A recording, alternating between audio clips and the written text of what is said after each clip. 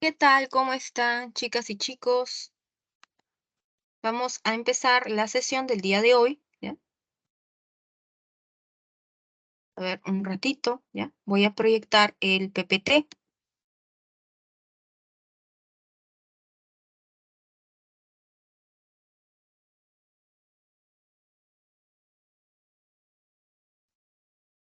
A ver, un ratito, a ver.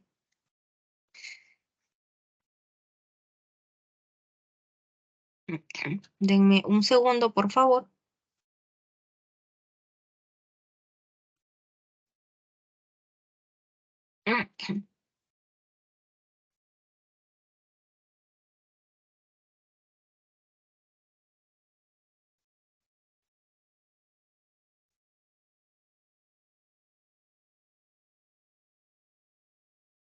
Ya, ahora sí, ya, a, vamos a empezar la clase del día de hoy, ¿no? ¿Qué tal? ¿Cómo estás, Jade? ¿Qué tal, Katherine? ¿Qué tal? Vamos a empezar la sesión del día de hoy.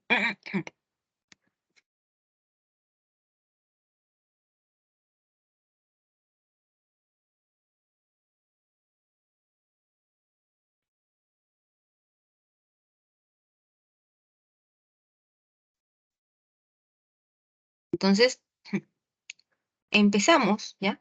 ¿Qué tal, Camila? ¿Cómo estás? ¿No? ¿Cómo está en clase?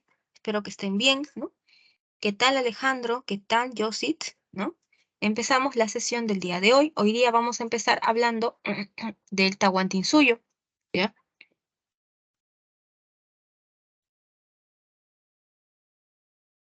El Tahuantinsuyo, el gran imperio de los incas, ¿no? Pertenece, pues, al horizonte tardío, según nuestro amigo John Rowe. En cambio, según nuestro amigo Guillermo Lumbreras, él habla, pues, del imperio de los incas. Entonces, ¿qué tal, Kiara y Oriana? ¿No? ¿Cómo están, chicas? Entonces, ya estamos en la clase, ¿no? ¿Cuáles son los límites del imperio del Tahuantinsuyo? ¿No? Hacia el norte se limita con el río Casmayo, ¿no? En lo que hoy viene a ser Colombia. Hacia el sur, hacia abajo, se limita con el río Maule, en Chile. Se dice que los incas no llegaban más abajo porque no les importaba en realidad, ¿no? Conquistar a los araucanos, ¿no? Que eran tribus nómades, ¿ya? Para los incas, ¿no? Los araucanos eran una especie de bárbaros, por así decirlo, que no tenían un grado de cultura, ¿no? De refinamiento como sí lo tenían ellos. ¿Qué tal, Gracie? ¿Cómo estás? Entonces, al este, ¿no? Obviamente se limita con la selva, ¿no? Y de la selva es que se van a extraer las hojas de coca de los cocales, ¿no? Y por el oeste, obviamente, va a estar el mar, ¿no? El Océano Pacífico. Ahora, para los incas, el Cusco lo era todo, su ciudad sagrada, el ombligo del mundo, ¿no? Entonces, de su amada ciudad, ¿no? Es que va a partir la división de su gran imperio en 4 grandes suyos, ¿ya? Al norte vamos a tener el Chinchaysuyo, el suyo de los Chincha, ¿ya? Para que vean qué tan buenas relaciones tuvieron los Chincha y los Incas. Hacia el sur vamos a tener el Collasuyo, ¿no? El suyo de los Coya, ¿no? Los Coya, acuérdense que fueron un reino altiplano súper rico durante los tiempos del intermedio tardío, sobre todo. Entonces, los Coya se instauran, ¿no? En el altiplano y son riquísimos. Una sola persona podía tener hasta 50.000 cabezas de ganado. ¿Se imaginan? Son millonarios. ¿Ya? Los españoles se referían a los Coya como los indios ricos, ¿ya? Por la plata, ¿no? Que tenían. Bueno, no era plata, ¿no? Pero era pues ganado, ¿no? Ganado kenio. Después vamos a hablar del Antisuyo, ¿no? Que obviamente, como ya les dije, es la zona de la selva, ¿ya? Y el Contisuyo, que es el suyo más chiquito, más pequeñito, ¿ya? Después vamos a hablar del origen histórico de los incas. Según los historiadores, eh, eran los tiempos, ¿no? De la cultura puquina, ¿no? Y los descendientes de esta cultura ¿ya? Que se habían instalado en Taipacala, empiezan a abandonar Taipacala debido al cambio climático del siglo XI y por una cuestión de supervivencia empiezan a migrar hacia el norte, buscando pues tierras, ¿no? Y en este viaje hacia el norte van a acabar llegando hacia lo que más adelante va a ser el Cusco. Pero esta zona es poblada por los Ayar, ¿no? Por los Aymaras, ¿no? Y los Aymaras se van a acabar enfrentando a los descendientes de la cultura Taipacala, ¿no? ¿Ya? Entonces, producto de este enfrentamiento, ¿ya? Es que ganan los descendientes de los Taipacala, ¿no? Y acaban fundando la ciudad del Cusco, en las faldas del Valle de Acamama, ¿ya? Y ahora vamos a hablar de las fases del imperio de los incas. Vamos a hablar de la fase regional, ¿no? La fase regional es cuando recién aparecen los incas como un pequeño curacazgo, como un pequeño señorío, súper chiquito, ¿ya? Esta es la época, ¿no? De los incas de la canción, ¿no? Manco Cápac, Sinche y Roque, Yoque Yupanqui, Maita Capa, Capa Yupanqui, ¿no? Etcétera, ¿no? Entonces, el Cusco, ¿no? Es un pequeño curacazgo, un pequeño señorío. Pero el Cusco, ¿no? Se va a transformar en un gran imperio, ¿ya? En un gran imperio. ¿Alguien sabe cómo se transforman los incas en un gran imperio? ¿Qué sucede?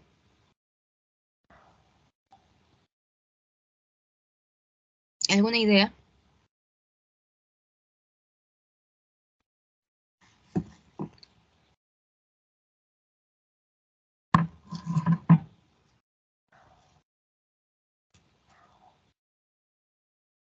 ¿Nada? Los incas se transforman en un imperio de la siguiente manera. Eran los tiempos del Inca Huiracocha. Y los chancas estaban viniendo a atacar el Cusco. Huiracocha huye del Cusco. Y el que se va a quedar a enfrentar a los chancas va a ser un chico de 16 años, de nombre Inca Yupanqui. ¿Ya? Inca Yupanqui organiza la resistencia junto con los generales incas, ¿no? Y se dice que en medio de la batalla, de los gritos, ¿no?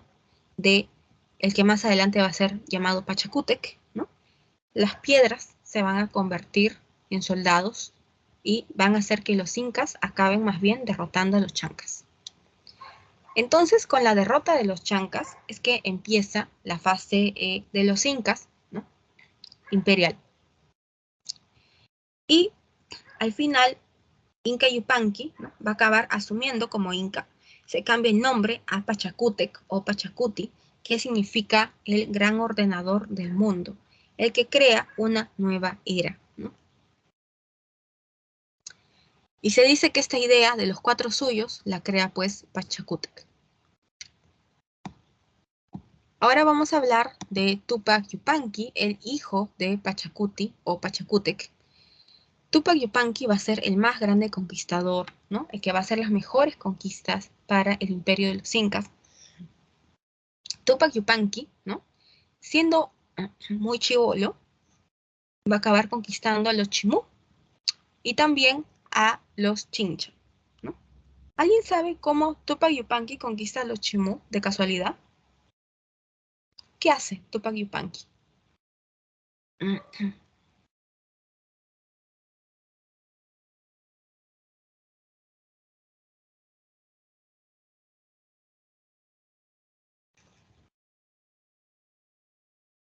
¿Alguna idea? ¿Nada? Tupac Yupanqui, ¿no? Hace algo muy inteligente. Se va hacia la zona de Chanchan, que era la capital de los Chimú, en donde vivía la élite, ¿no? Y va a cortar, ¿no? Todos los accesos de agua, ¿no? Entonces es así como luego de más de un mes que los Chimú están sin agua, es que Minchancamak, el último Siquic, el último gobernante Chimú, ya hace un alto, ¿no? Eh, eh, y decide pues someterse ante el imperio de los incas, pero a la mala, ¿no? Entonces, obviamente los Chimú se la van a tener jurada a los incas, ¿no? Porque les cortan el agua para conquistarlos. Tupac Yupanqui después va a conquistar a los Chincha. Los Chincha eran súper ricos, ¿no? Y Tupac Yupanqui se aparece con obsequios, con regalos, ¿no? Con mujeres, ¿no? Y les invita a formar parte del gran imperio de los incas. Los Chincha son astutos, ¿no? Y han visto lo que les ha pasado a los Chimú, a los Chancas, a los Cajamarca, ¿no? A los Tayanes. Entonces, los Chincha deciden pues bajar la cabeza, ¿no? Y convertirse, ¿no? Anexarse al imperio de los incas. ¿Ya? Entonces, por eso es que Tupac Yupanqui va a hacer las mejores conquistas. Después le va a seguir Huayna Cápac. ¿Ya? Durante los tiempos de Huayna Cápac, es que él, ¿no?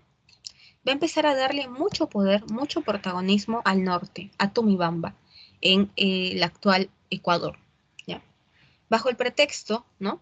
De que en Tumibamba, ¿no? Está súper cerca de el Muyu, el Espóndilus o las conchas marinas, que son infaltables en todo ritual religioso del Perú prehispánico.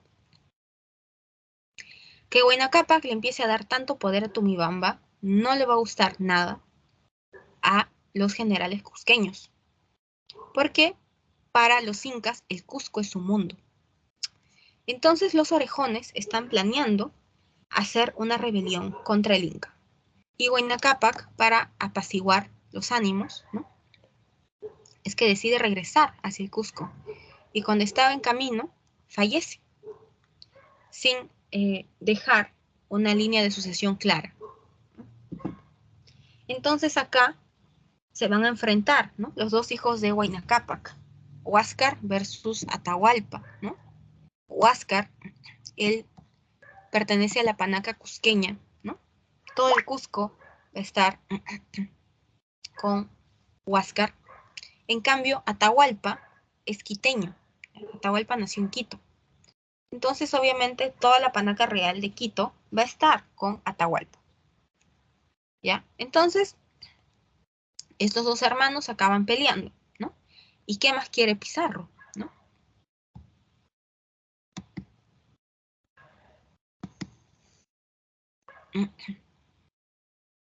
Y ahora vamos a hablar de la organización política del mundo de los incas.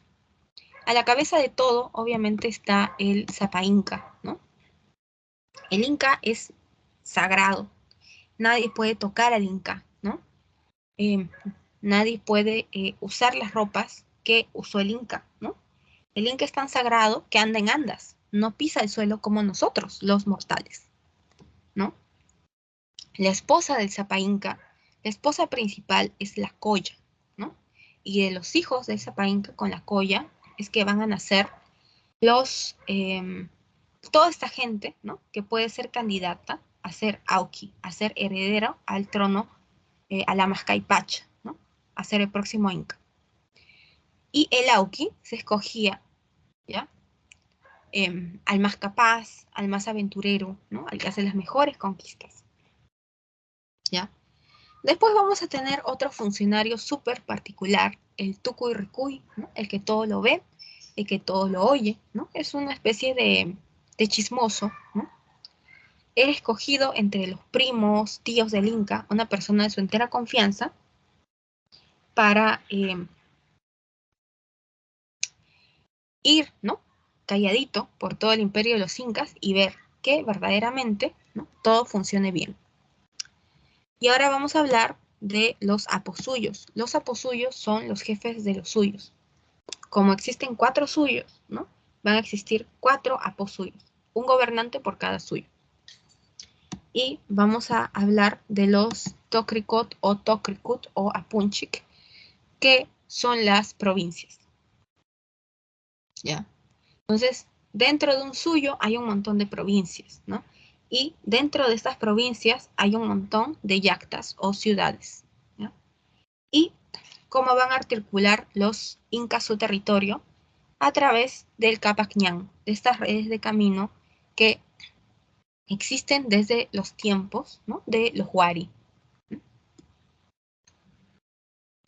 Y por último vamos a tener aquí al Curaca, ¿no? El curaca está a la cabeza del ayllu, ¿no? ¿Qué cosa era el ayllu? ¿Saben de casualidad? ¿Se acuerdan? ¿Qué era un ayllu? Jefe que dirigía la tribu de un grupo sector de personas. Ya. A ver, miren, los ayllus, ¿ya? Son esta especie de familias extendidas, ¿ya?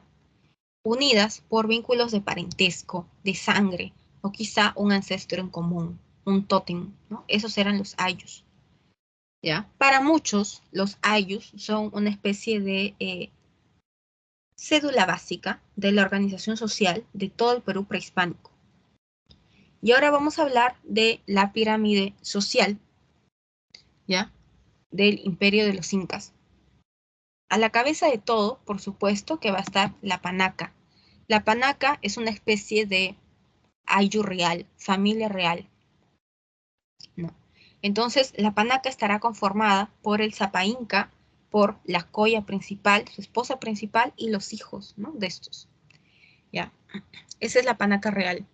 Después, ¿no? Ya les van a seguir los incas de privilegio, ¿no? ¿Ya? Son premiados, ¿no? Todas las personas que han hecho importantes labores para el imperio inca. Y después vamos a tener a la nobleza provinciana.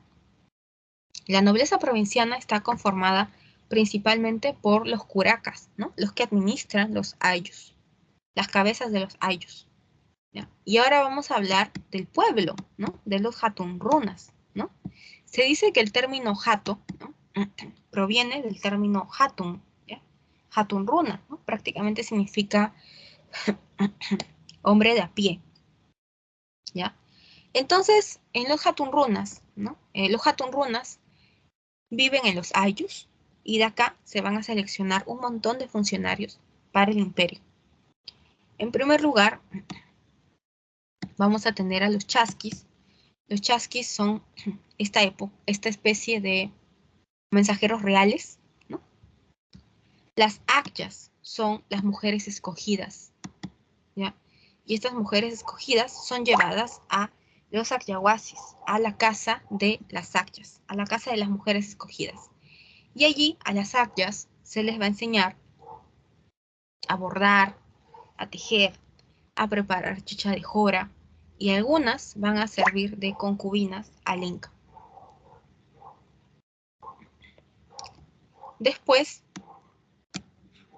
vamos a tener a los mitmas o mitimaes, ¿no? Que son los que colonizan, ¿no? Son los que abandonan su ayllu, pero a pesar que abandonan su ayllu, no pierden ese sentido de arraigo, de pertenencia con el ayllu.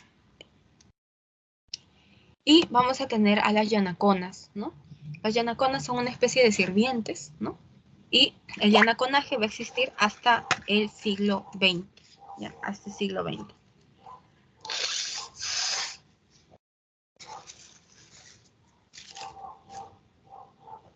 ¿Ya? Y por último vamos a tener a los pinacunas. Los pinacunas son una especie de esclavos que trabajan en los cocales, ¿no? Extrayendo la hoja de coca.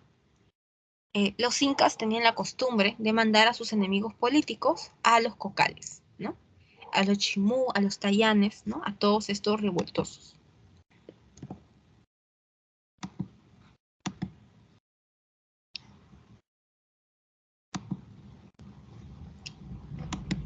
Y ahora vamos a hablar de la economía en el mundo de los incas, ¿ya? Vamos a hablar del Aini, ¿no? Que es...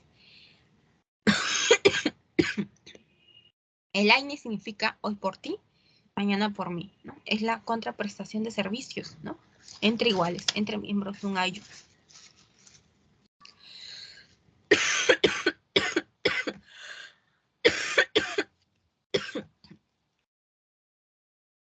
Me van a disculpar, pero hoy día estoy así que...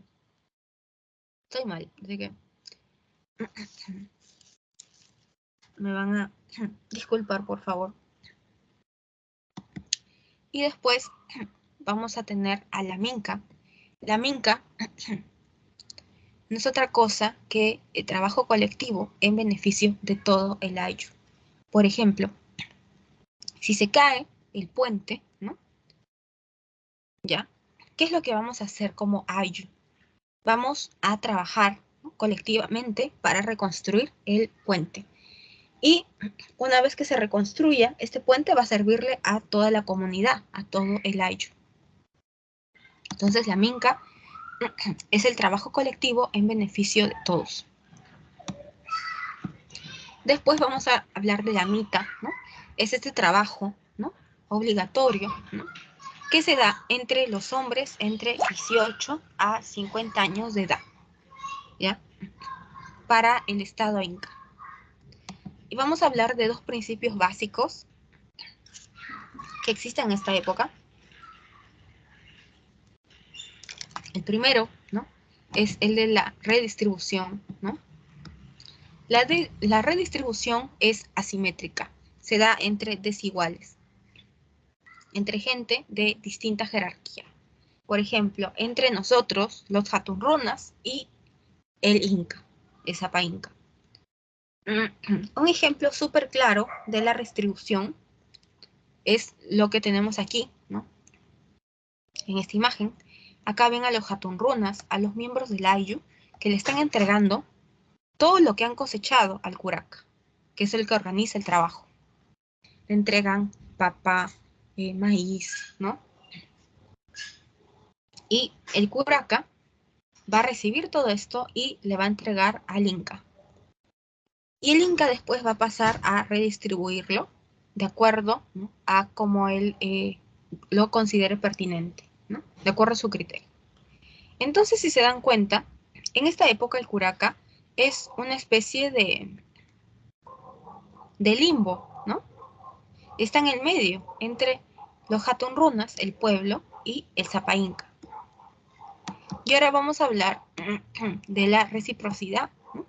La reciprocidad obviamente se da entre iguales, entre gente que es igual que yo, ¿ya?, entre miembros, por ejemplo, de un mismo Ayllu, ¿ya? Y vamos a hablar de la religión inca. Dentro del mundo inca existe la tradición de tener un montón de dioses. Huiracocha va a ser el dios creador, el dios ordenador del mundo. Después vamos a tener al Inti, que es el dios sol, ¿ya? El Inti es, digamos, que el sol más importante, ¿ya? Y después vamos a tener a la Mamaquilla, ¿no? La Mamaquilla es la luna, ¿no? Y Yapa, ¿no?, son los truenos, los relámpagos, los rayos. La Pachamama es la madre tierra, y Pachacamac es, por supuesto, el dios de los terremotos, ¿ya? Ahora, para los incas, ¿no?, todo es sagrado, ¿no? Panteísmo, ¿no? Pan es prefijo todo, ¿no? Teísta viene de teo, de Dios, ¿no? Para los incas todo es sagrado. Las huacas son sagradas, la luna es sagrada, el Cusco es sagrado, el Titicaca es sagrado, todo es sagrado.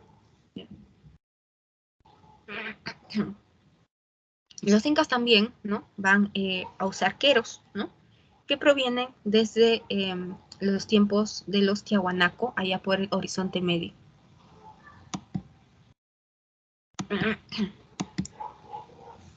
Y ahora sí vamos a hablar cómo es que los españoles acaban llegando a América, ¿ya? La causa principal de este viaje, ¿no?, de estas exploraciones por parte de los europeos, es debido a que los turcos han tomado Constantinopla, que era la ciudad que abría, ¿no?, era una puerta de entrada hacia la India, hacia el oriente, ¿no? Y de allí los europeos adquirían pimienta, nuez moscada, etc. Entonces, cuando los turcos toman Constantinopla, los europeos van a tratar de ingeniárselas buscando nueva ruta, ¿no?, que los lleve a las Indias, ¿ya? Y es así como jugando que acaban llegando a América, ¿no? Los portugueses, ¿no? En América del Sur acaban llegando pues hasta lo que hoy viene a ser el Brasil, ¿no? Y los españoles van a prácticamente apoderarse de casi toda América. Se tumban el imperio azteca y se tumban el imperio del Tahuantinsuyo, ¿no? Entonces, vamos a hablar de los viajes de exploración de Cristóbal Colón, que es un marinero, ¿no? Genovés, que cree haber encontrado una nueva ruta para llegar a las Indias, pero por Occidente. Entonces es así que se entrevista con los reyes católicos, con Isabel de Castilla y Fernando de Aragón en 1492. Y ellos, ¿no? Te van a firmar la capitulación, ¿no? Capitulación significa autorización, ¿no? La capitulación de Santa Fe, ¿no? Autoriza los viajes de exploración de Cristóbal Colón. Y Cristóbal Colón parte, ¿no? En este primer viaje, en agosto de 1492, al mando de 3 carabelas, la Niña, la Pinta y la Santa María, ¿no? Y comandando una tripulación de 150 personas. El 12 de octubre de 1492, Cristóbal Colón va a llegar hasta las zonas de las Islas Antillanas, ¿ya?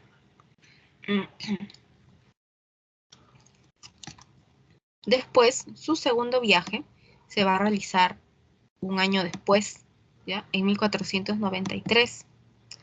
En esta época, Cristóbal Colón va a partir bajo el mando de 17 barcos, ¿no? Y va a tener pues poder, ¿no? Sobre 1.500 personas. En este segundo viaje, Cristóbal Colón arriba a otras islas, ¿no? Y acaba fundando la primera ciudad, ¿no? Española, ¿no? Y le va a poner, por supuesto, el nombre de su benefactora, ¿no? La Isabela, en honor a la reina Isabel de Castilla, ¿no? El tercer viaje se va a dar en 1498, 5 años después. Y recién en el tercer viaje es que Cristóbal Colón pisa tierra firme. ¿Por qué? Porque llega a pisar continente. Llega a conocer las costas de Venezuela, la desembocadura del río Orinoco. Ya. Entonces, y por último, el cuarto viaje se va a dar a inicios del siglo XVI. Y en este cuarto viaje, ¿no? Cristóbal Colón va a llegar hasta Centroamérica, ¿no? Y va a conocer lo que hoy sería Panamá y Honduras, ¿no? Y regresa Cristóbal Colón, enferma y muere. Entonces, él muere, ¿no? Pensando que había llegado a las Indias, pero por otra ruta, ¿no? Él muere sin saber que había llegado a América.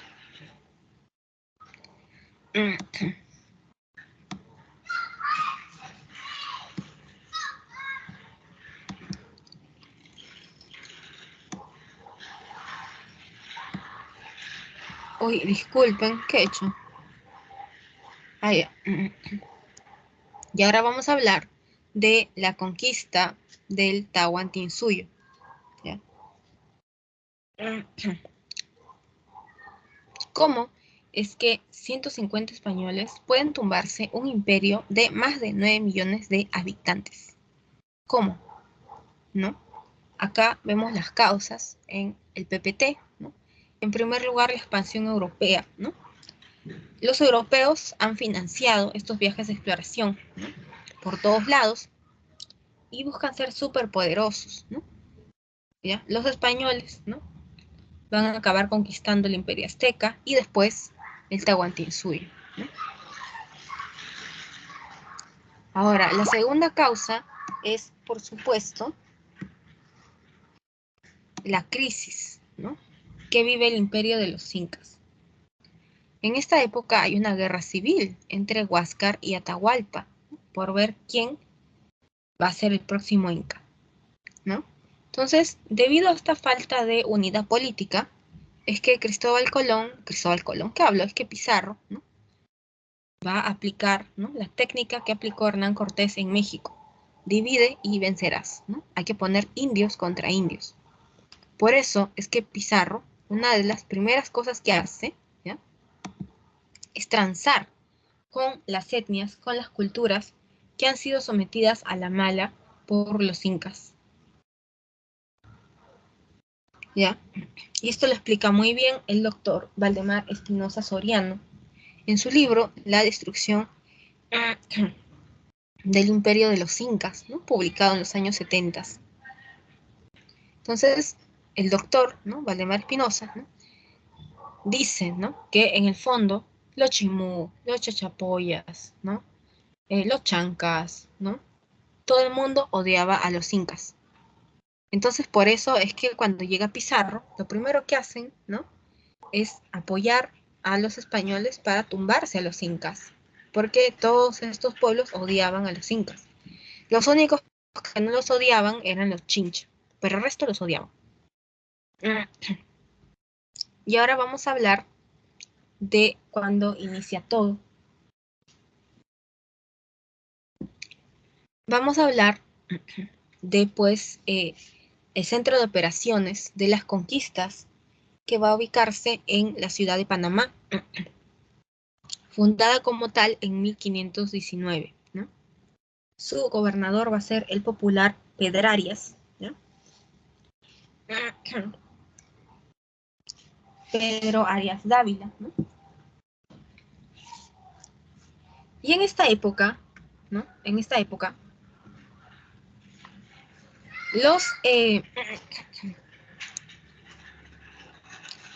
los españoles van a convertir a Panamá en su centro de operaciones, porque Panamá está ubicado estratégicamente, ¿no? Hacia el norte está el Imperio Azteca, hacia el sur va a estar el Imperio Inca, ¿no? Y si las cosas salen mal para los españoles, desde Panamá puedes tomar un barco que cruce el Atlántico y que te lleve sano y salvo de regreso a España, ¿ya? Entonces, en Panamá, ¿no?, es pues el centro de operaciones de las conquistas, y acá se van a conocer Diego de Almagro, Hernando de Luque y Francisco Pizarro. Y ellos van a hacerse pues socios, ¿no? Van a ser los socios de la conquista. Pizarro tiene experiencia militar, ha sido soldado, ¿ya? Diego de Almagro va a ver la cuestión logística, que no falten hombres, provisiones, ¿no?, comida, barcos. Y por último, Hernando de Luque es un cura que no ha hecho votos de pobreza, ¿ya? Y por eso es que está permitido que Hernando de Luque, ¿no?, quiera ser rico. Ahora, el que al parecer pone la plata es Hernando de Luque, ¿no? Aunque para muchos, en realidad, detrás de Hernando de Luque estaba pues otra persona, ¿no?, que era la que en verdad financiaba, y Hernando de Luque solamente daba la cara, ¿no? Era una especie de testaferro, ¿no?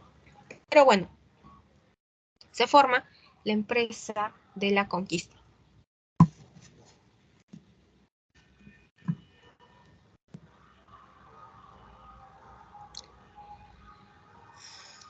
Y los españoles, ¿no?, van a zarpar en este primer viaje de exploración, ¿no?, en 1524 hacia el Mar del Sur, ¿no?, a ver qué hay, ¿no?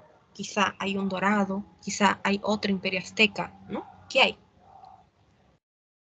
Y este primer viaje va a ser un completo fracaso, porque los españoles van a pasar por Puerto Ambres, porque solamente pasaban hambre, ¿ya? Van a pasar por Puerto Piñas, porque solamente había piñas para comer.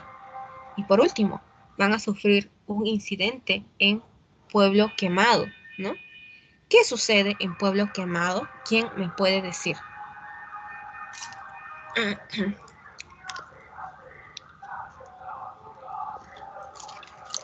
¿Qué sucede en Pueblo Quemado? ¿Alguna idea? Excelente, Vladimir. Muy bien. Excelente. Muy bien, Vladimir.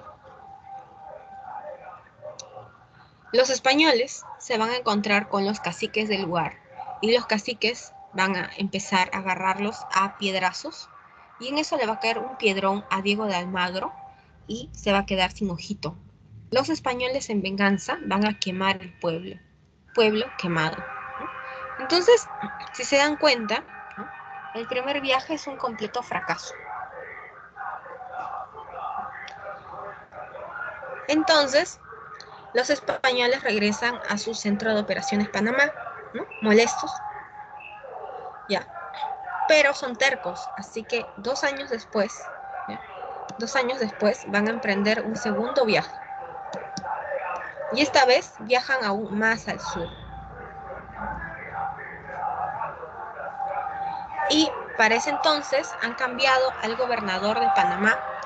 Ahora hay un nuevo gobernador de Panamá, ¿no? Y este gobernador de Panamá envía su emisario a Juan Tafur para que los españoles regresen inmediatamente a Panamá.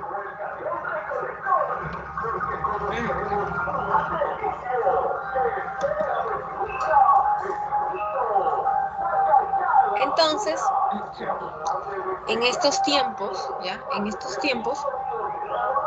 pues se va a producir el famoso incidente de la Isla del Gallo, ¿no? Pizarro se va a enfurecer y va a sacar su espada y va a trazar una línea en la arena. Y va a decir, los que crucen la línea para adelante encontrarán fama, oro, riquezas. Los que regresen con Juan Tafur a Panamá encontrarán la miseria de siempre en España. ¿Ya? Entonces, casi todo el mundo abandona a Pizarro, solamente 13 fieles lo acompañan, ¿ya? Y en eso se aparece Diego de Almagro. Diego de Almagro ya se intuía, ¿no?, que algo así podía pasar.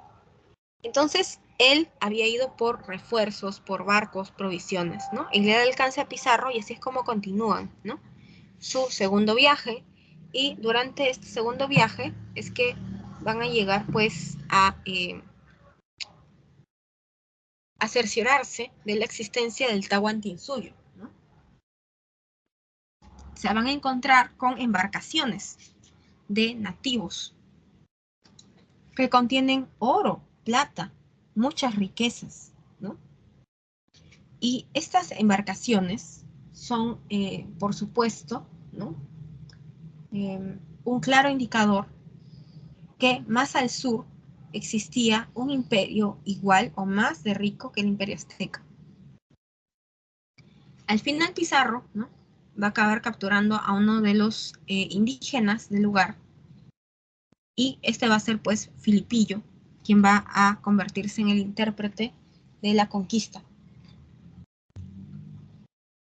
Entonces, Filipillo, ¿no?, los indígenas, ¿no?, son los que le confirman a Pizarro que efectivamente más al sur, ¿no?, existe el Cusco, ¿no?, existe un imperio, ¿no?, súper rico y que hay una guerra civil, ¿no?, entre los hermanos. Entonces, el segundo viaje acaba bien para Pizarro, contra todo pronóstico, porque el segundo viaje acaba con la confirmación de la existencia del Tahuantinsuyo.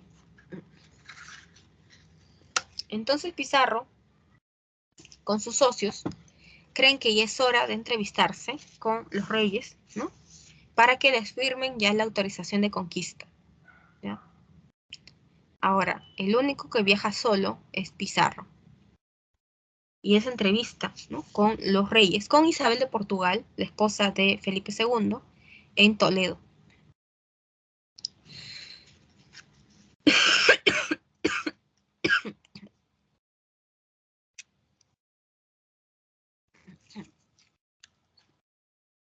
Y el problema de esta capitulación es que prácticamente se le va a dar todo a Pizarro y casi nada a Diego de Almagro y a Hernando de Luque. a Pizarro se le dan todos los títulos de adelantado mayor, alguacil mayor, ¿no? Se le da incluso la potestad para repartir encomiendas, ¿no? Y se funda, ¿no?, la Nueva Castilla, ¿no?, la cual va a ser herencia de los Pizarro, ¿ya? Entonces se le da todo a Pizarro. En cambio, casi nada a Diego de Almagro, ¿no? A Diego de Almagro, ¿qué cosa le dan? Solamente el cargo, ¿no? Un título de hidalgo, ¿no?, y la fortaleza de Tumbes. Y Hernando de Luque, ¿qué le dan? Solamente el título de protector de los indios de Tumbes, ¿no? Entonces, es una burla la capitulación de Toledo.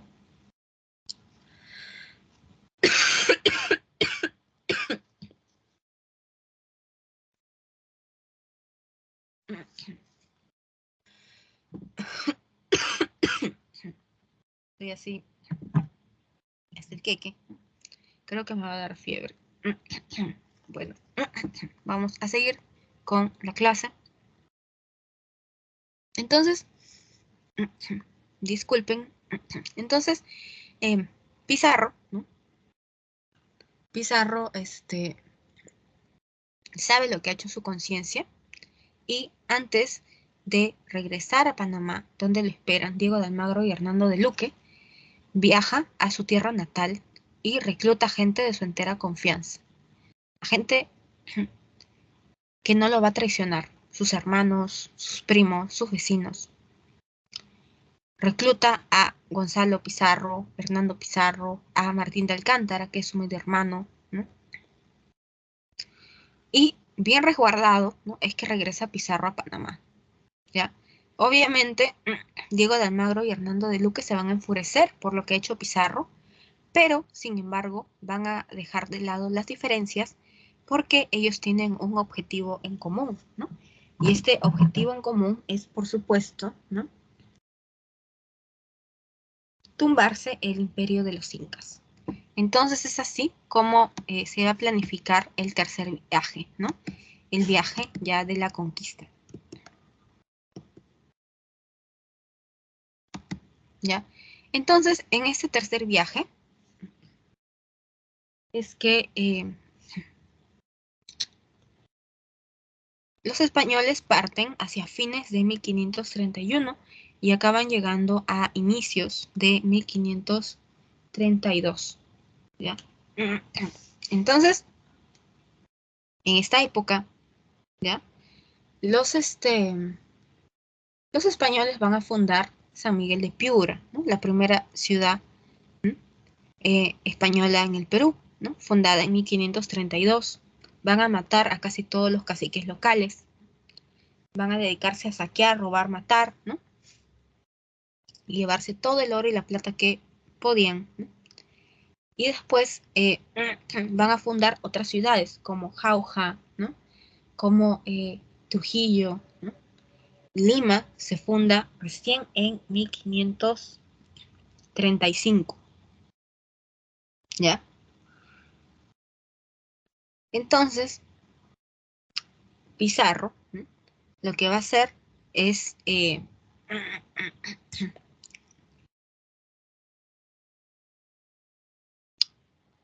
empezar a perseguir al Inca, ¿no?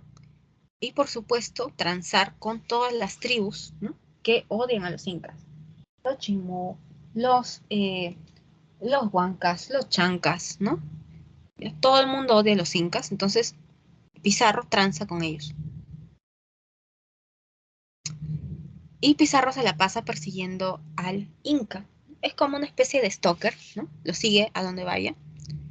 Entonces, Pizarro se entrevista con el Inca en los baños de Cajamarca, ¿no?, en Cajamarca. Y se van a presentar los españoles con una Biblia. La Biblia se la va a entregar Vicente Valverde, ¿no?, un dominico. ¿Y qué hacen los españoles? ¿Qué hace Atahualpa? ¿No? Atahualpa mira la Biblia y no le importa, ¿no?, y la tira al piso.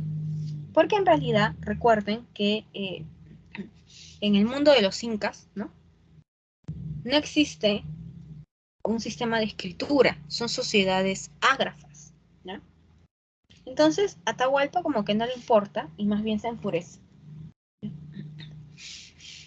Y le dice a los españoles, ¿no? Ya me harté de ustedes, sé que se le han pasado robando, matando, quemando pueblos, ¿no? Y llevándose oro, plata, ¿no? Ya me harté de ustedes, no sé qué quieren, ¿no? Pero devuelvan todo lo que han robado y regrésense por donde vinieron, ¿no? Ya fastidiado Atahualpa. Entonces, Vicente Valverde grita, ¿no? Le grita a Pizarro, es ahora o nunca, ¿no? Túmbatelo, ¿no? Hay que capturar a Atahualpa, porque si no lo capturamos ahorita Atahualpa nos va a mandar matar con el ejército inca, ¿ya? Entonces es así como los españoles se tiran encima de Atahualpa, ¿no? Y lo toman de rehén, ¿ya? Y a pesar que Atahualpa, ¿no? ofrece el oro y el moro por su libertad, los españoles no lo sueltan. Atahualpa está asustado, ¿no? Y cree que lo mejor es mandar a asesinar a Huáscar, porque él tiene miedo que los españoles negocien con Huáscar y no con él. Mata a Huáscar. Y al final los españoles les van a acusar de todo a Atahualpa, ¿no? De incestuoso, que se casa con sus hermanas, ¿no? Que tiene hijos con ellas. Lo acusan de fratricida, ¿no? Que prácticamente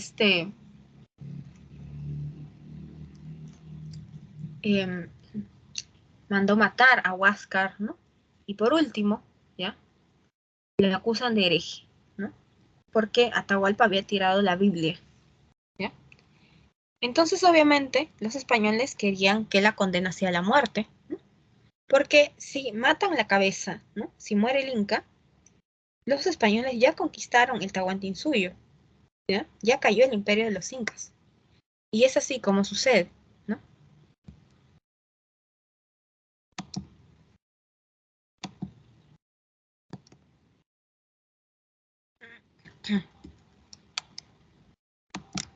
Y ahora vamos a hablar de las guerras civiles entre españoles, ¿no? ¿Por qué se pelean los españoles? Por el reparto de encomiendas, ¿no? Las encomiendas, ¿no? Es cuando te encomiendan indios, ¿ya? Entonces, el único que tiene potestad para repartir encomienda es Pizarro. Entonces, aparece pues un pleitazo entre españoles. Y vamos a hablar de la Primera Guerra Civil.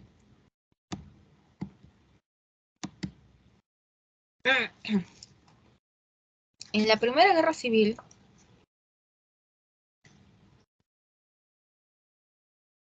de los españoles, nos vamos a encontrar, ¿no? a esta guerra entre los conquistadores, entre Almagro versus Pizarro, ¿ya?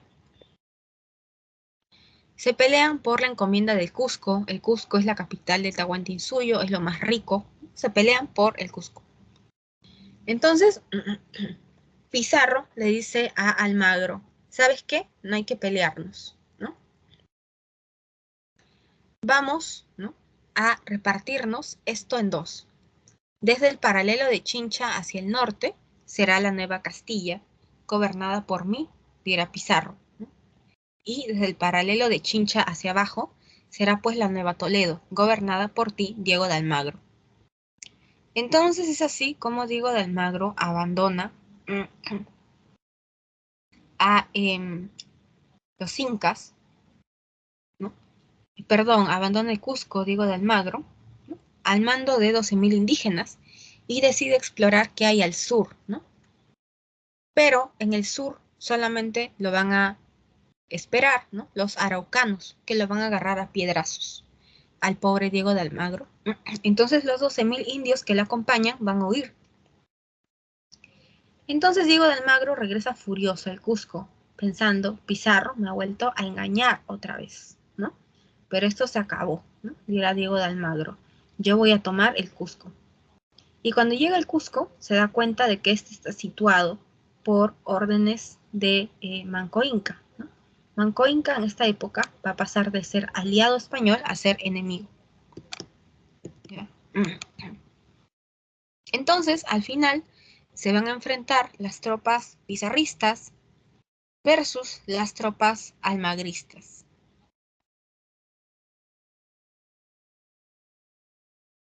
¿Ya? Y es en la batalla de Las Salinas, en donde pues Hernando Pizarro, el hermano de Pizarro, va a ejecutar a Diego de Almagro el Viejo. Entonces los almagristas van a jurar venganza. Y es así como van a planificar el asesinato de Pizarro, ¿no? A Pizarro lo agarran, ¿no? En 1541, un domingo, en donde al parecer Pizarro tenía la intención de ir a misa, ¿no? Se meten pues los almagristas y lo agarran a espadazos, ¿no? Y finalmente le clavan una estaca en la garganta que va a ser la mortal, ¿no? Entonces, así fallece Pizarro, ¿no? Y Vaca de Castro, ¿no? Pizarrista, va a jurar venganza, ¿ya? Y van a acabar pues asesinando a Diego de Almagro el Mozo, ¿no? Que era un chibolo de 20 años que había nacido en Panamá, ¿ya? Entonces, al final, si se dan cuenta, todos los españoles se han matado entre ellos, ¿ya? Desapareció Pizarro, ¿no? Almagro, ¿no? Y ahora vamos a hablar de la Segunda Guerra Civil, ¿no? Que va a enfrentar a Gonzalo Pizarro, ¿no? Y a los españoles, ¿no? Esta Segunda Guerra se le conoce como la de los encomenderos, ¿no? ¿Y por qué se da esta guerra? Principalmente por la promulgación de las leyes nuevas. Las leyes nuevas van a quitarle muchísimo poder a los españoles, ¿no? Las leyes nuevas prohíben que los españoles utilicen a los indígenas para su servicio personal. Las leyes nuevas prohíben que los españoles utilicen a los indígenas como esclavos, ¿no? Las leyes nuevas van a quitarle la encomienda a todos los que estuvieron implicados en el asesinato de Diego de Almagro el Viejo, ¿ya? Las leyes nuevas, como ven, le quitan muchísimo poder a los encomenderos y, por supuesto, ¿no? Declara esta ley, ¿no? De la supresión de las encomiendas, ¿ya? De la supresión de la perpetuidad de las encomiendas. Entonces, según esto, ¿no? Si a mí me habían encomendado algo, ¿no? Yo a mi muerte, mis hijos y mis nietos no iban a poder heredarme. Entonces, esto va a hacer que los españoles se rebelen y peguen el grito al cielo. Van a decir, es traición del rey de España, ¿no? El rey nos ha traicionado a nosotros, que lo hemos dejado todo en España, para venir acá, tumbarnos el Tahuantinsuyo y que encima el rey de España nos quite pues la oportunidad que nuestros descendientes nos hereden las encomiendas, ¿no?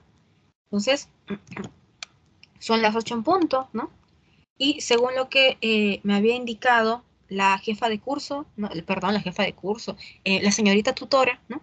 La semana pasada, es que tienen un pequeño break, ¿no? De 8 a 8 y 5. Entonces, vamos al break, ya, 5 minutos, y de allí regresamos, ¿ya?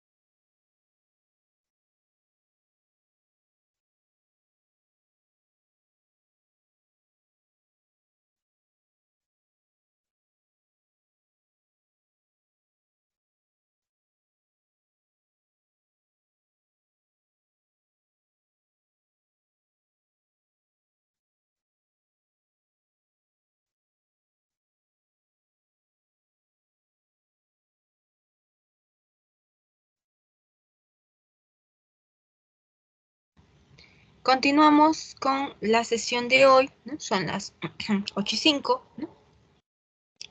Entonces,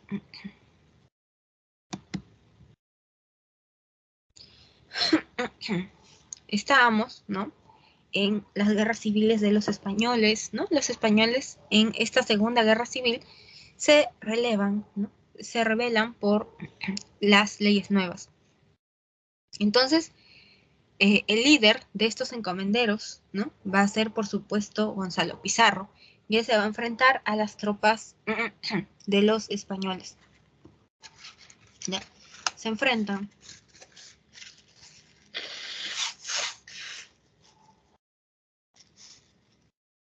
Entonces, luego de esto... Miss, ¿Ah? Por si acaso no está compartiendo. Uy, disculpen, gracias por avisar. Ya le da, ya disculpen. Ya, cierta edad uno ya falla, ya. Gracias. Ya. Gracias, Robert. Gracias, chicos, más bien por avisarme. Entonces, en esta época, ¿no?, el líder de estos encomenderos va a ser Gonzalo Pizarro. Y él se enfrenta a la corona, a los españoles. Entonces, el rey de España va a decir,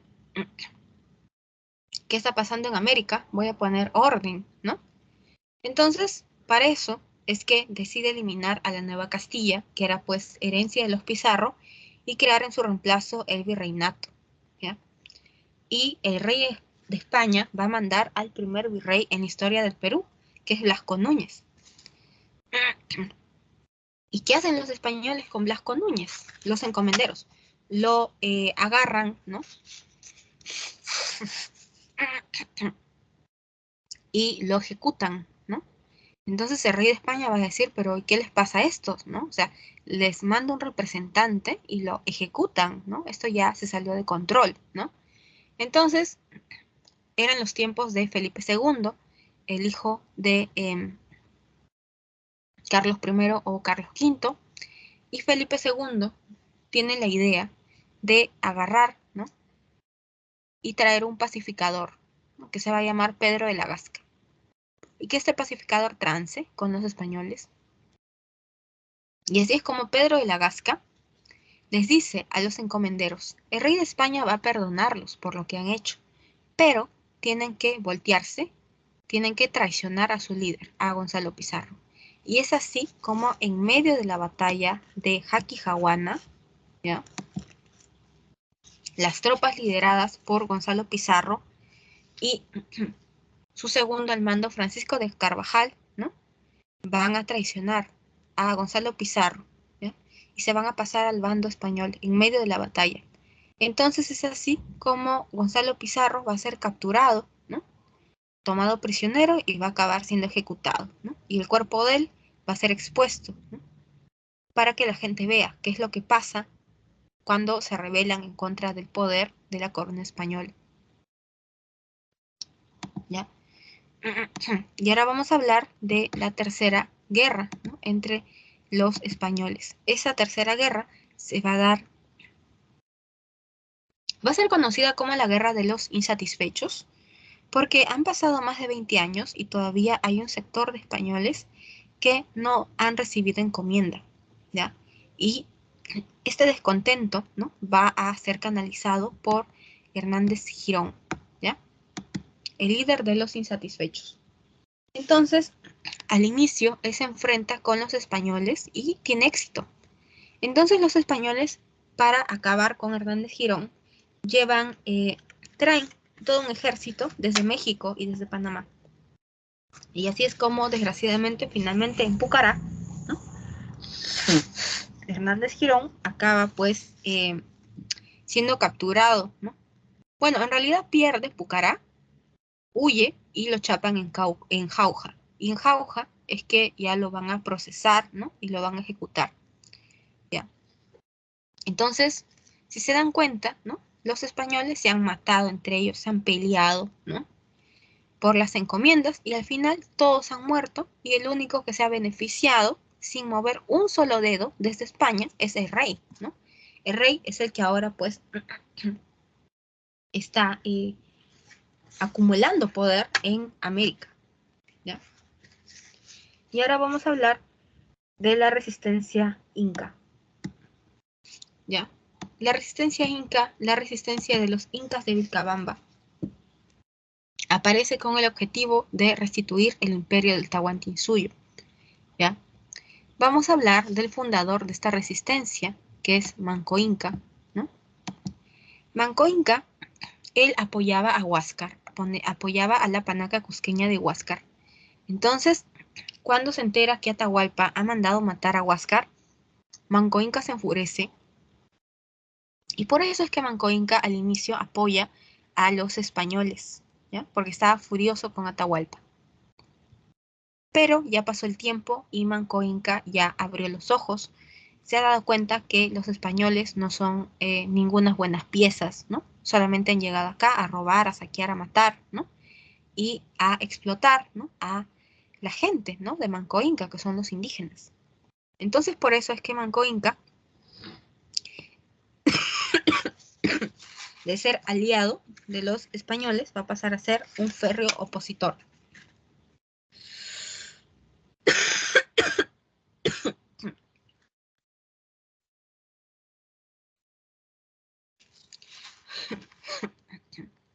Entonces Manco Inca va a llegar a situar Lima, ¿ya? Se dice que estuvo a punto de tomarla, pero en esta época todavía estaba vivo Francisco Pizarro, y Pizarro va a impedir, ¿no?, que se tome Lima, ¿no? Impide esto, ¿ya? Y después Manco Inca va a acercar la ciudad del Cusco. Pero por alguna extraña razón no toma el Cusco, más bien decide establecer su resistencia en Vilcabamba, a 40 kilómetros del Cusco. Y Manco Inca va a acabar siendo asesinado por un falso refugiado. Entonces le va a asumir, ¿no?, en el gobierno Zaire Túpac, ¿ya?, a la edad de 5 años, en reemplazo de Manco Inca. Y durante los tiempos de Zaire Túpac es que va a haber negociaciones con Pedro de la Gasca. Ahora, al final Zaire Túpac va a acabar reconociendo al rey de España como su rey, ¿no? ¿A cambio de qué? A cambio de honores, ¿no?, y de recibir una pequeñísima encomienda, ¿no?, de Yucay. Y finalmente abandona la zona de Vilcabamba, ¿ya? Después vamos a tener a Tito Cusi Yupanqui, ¿ya? Tito Cusi Yupanqui, ¿ya?, va pues a empezar a transar, ¿no?, con los españoles, tanto es así que va a llegar a permitir que misiones evangelizadoras lleguen a Vilcabamba. Al final, ¿ya?, uno de los miembros de estas misiones evangelizadoras acaba ejecutando a Tito Cusi Yupanqui, ¿ya? Y durante los tiempos de Tito Cusi Yupanqui es que también, ¿no?, se va a aparecer el Taqui Oncoy, ¿no? ¿Qué significa el Taqui Oncoy? ¿Saben?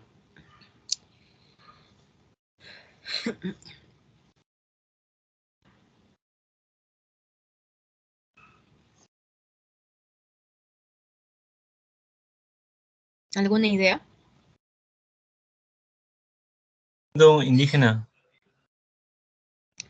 Ya, a ver, el Taqui Oncoy, ¿ya?, va, bueno, va algo por ahí, ¿no? Gracias por tu comentario. El Taqui Oncoy significa enfermedad del canto o enfermedad del baile, ¿ya? Según esta idea del Taqui Oncoy, ¿no?, se debía regresar, ¿no?, a el culto, ¿no?, a la cultura, a la religiosidad de los tiempos de los incas, ¿ya? Y después vamos a tener a Túpac Amaru I, ¿ya? Túpac Amaru I va a buscar, ¿no?, a los que asesinaron a Tito Cusi Yupanqui para vengarse, ¿ya? Y Túpac Amaru I, él no tranza con el virrey, el quinto virrey Francisco de Toledo, ¿no? Sino más bien se enfrenta a él. Y por eso es que Toledo, ¿no?, va a empezar a perseguir a Túpac Amaru hasta primero, ¿no?, hasta que finalmente lo captura y le corta la cabeza. ¿Por qué hace esto Toledo? Toledo lo hace por una cuestión política, ¿no? Sabe que mientras sigue existiendo esta resistencia de los incas de Vilcabamba, ¿no?, que era gente, ¿no?, que en verdad, ¿no?, descendía de las panacas reales, ¿no?, de alguna u otra manera el virreinato peligraba. Entonces, por eso es que Toledo mata la cabeza, ¿no?, para acabar con la resistencia de Vilcabamba. Y así es como prácticamente el rey, ¿no?, ya consolidó todo su poder. Muertos los españoles, desaparecida la resistencia de Vilcabamba, el rey va a estar feliz, ¿ya? Y así es como se va a conformar, ¿no?, las instituciones en esta época virreinal, ¿no? Van a aparecer instituciones en España y en las metrópolis. Perdón, y en las colonias. En España, a la cabeza de todo, ¿no?, estará el rey, ¿no? El rey es la máxima autoridad en todo su imperio. El rey, pues, van a existir dos dinastías que nos van a gobernar. Uno es la dinastía de la Casa de Habsburgo o Casa de Austria, son sinónimos, ¿no? ¿Ya? Son los tiempos de Carlos I o Carlos V, ¿no?, cuando se tumban el imperio de los incas y el imperio azteca, ¿ya? Entonces los Habsburgo nos gobiernan siglo XVI hasta el XVII. El último rey Habsburgo, muy bien, Vladimir, excelente, ¿no? El Taquióncoy es un movimiento cultural, ¿no?, de resistencia, excelente, muy bien, Vladimir, muy bien. Entonces,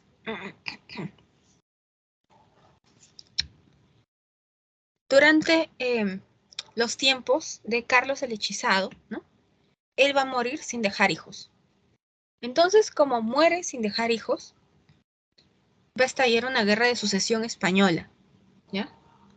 Y va a terminar ganando Felipe d'Anjou o Felipe V, que es nieto del rey Sol. Y él, por supuesto, pertenece ya a otra dinastía, a la dinastía Borbón, que es de origen francés.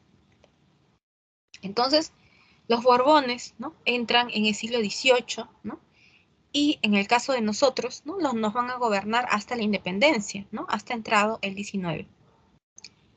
Y después vamos a tener, ¿no?, que el rey, ¿no?, está a la cabeza de todo, ¿no?, inclusive del Real y Supremo Consejo de Indias, que es el máximo tribunal de justicia ya al interior de la metrópoli, ¿no?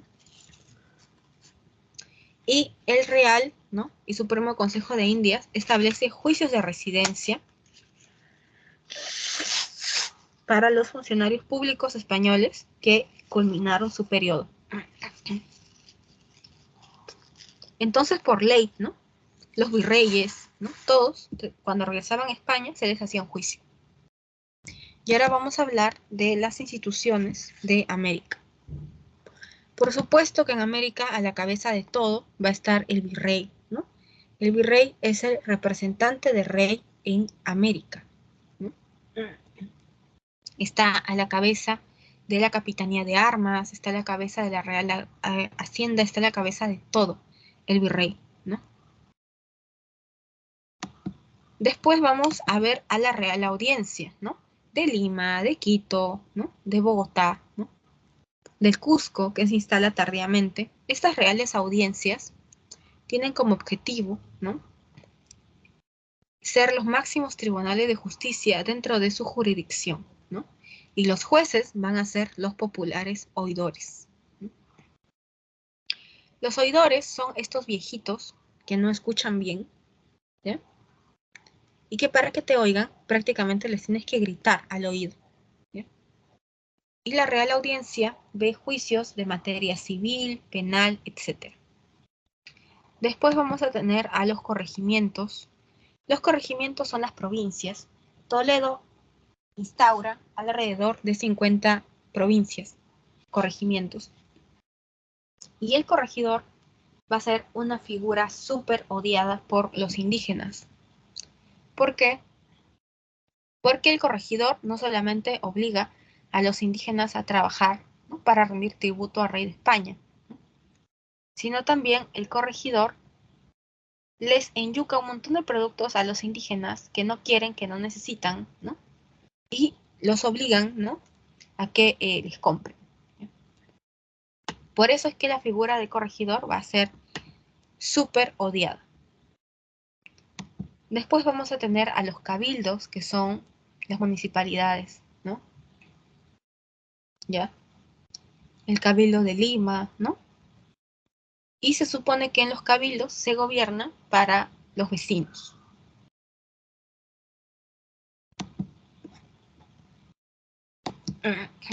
Y vamos a hablar de la organización económica en esta época, ¿ya? Esta es la época, ¿no?, del mercantilismo.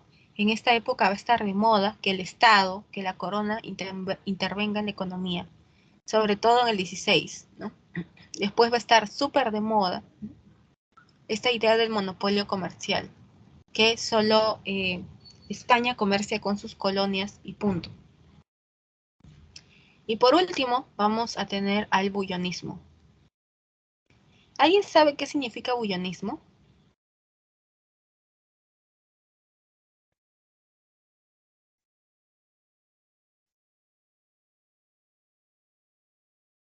Ya, bullonismo, ¿ya?, significa acumulación de metales preciosos. Muy bien, Vladimir, excelente. Muy bien. Bullonismo es acumulación de metales preciosos, ¿ya?, acumulación de oro, plata, ¿ya? Excelente, Vladimir.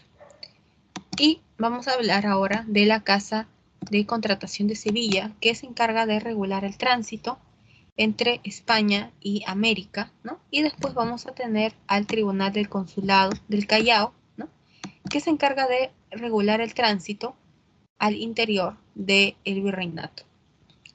Después vamos a hablar de los impuestos. El almojarifazgo es como un impuesto aduanero, ¿no? Uno tiene que pagar pues el 10%, lo que va pues a importar, ¿no? Y después vamos a tener la alcabala, que es el impuesto que se da al interior de los virreinatos, ¿no? La alcabala en los tiempos de los Habsburgo va a ser del 2%. Y vamos a hablar de la minería. La minería es, por supuesto, la actividad más importante, ¿no?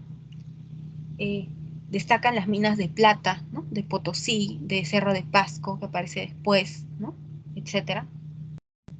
Y para purificar la plata se utiliza el mercurio, ¿no? Se utiliza el azogue, ¿no?, que es una técnica, ¿no?, para purificar la plata con mercurio. Y el impuesto que se paga es el quinto real. Es decir, de todo lo que yo extraigo, ¿no?, de plata, yo tengo que pagar el 20%, ¿no?, la quinta parte, a la corona, de todo lo que extraigo. ¿Ya? Y acá vamos a ver, ¿no?, las condiciones infrahumanas en las que trabajaban los indios de la mita minera, ¿no? Tenían, ¿no?, que bajar con velas, ¿no? Y si por ave la vela se apagaba, era casi imposible poder encontrar el camino de retorno hacia la superficie, ¿no? Entonces, hacia las afueras, ¿no?, de las minas van a empezar a aparecer los chorrillos, ¿no? Los chorrillos son una especie de manufactureras, ¿no?, que venden trajes para los mitallos de la mita minera y venden algunos productos de baja calidad, ¿ya? En esta época también la economía empieza a diversificarse y empieza a aparecer una pequeña industria, ¿no? No solamente de textiles, ¿no?, sino de pisco, aguardiente, ¿no?, ron, vino, etc. Entonces la economía empieza a diversificarse en esta época. Y el sur va a ser súper importante. El sur va a ser súper poderoso, comercialmente hablando. Y ahora vamos a hablar de la organización social al interior de la colonia. ¿ya? Vamos a tener, ¿no?, que existen dos repúblicas en esta época, ¿no? Una república es la de españoles, ¿no?, conformada por los chapetones peninsulares, por los españoles, ¿no? Y después vamos a tener a los criollos, ¿no? ¿Quién sabe quiénes son los criollos? Los españoles nacidos en América. Excelente, muy bien. Los criollos son los españoles nacidos en tierras americanas. Muy bien. Y después vamos a tener a la República de Indios, ¿ya? En la República de Indios existe una nobleza indígena, ¿no?, de la que forman parte los caciques, los curacas, ¿no?, etcétera, ¿ya? Y después vamos a tener a los indios del pueblo, ¿ya? Entre los indios del pueblo vamos a tener a los indios de cédula, ¿no?, que son estos indios que están recontracensados, ¿no?, y que son obligados a trabajar en la reducción indígena, ¿no?, y pagar pues tributo a la corona española. Y después vamos a tener a los indios forasteros.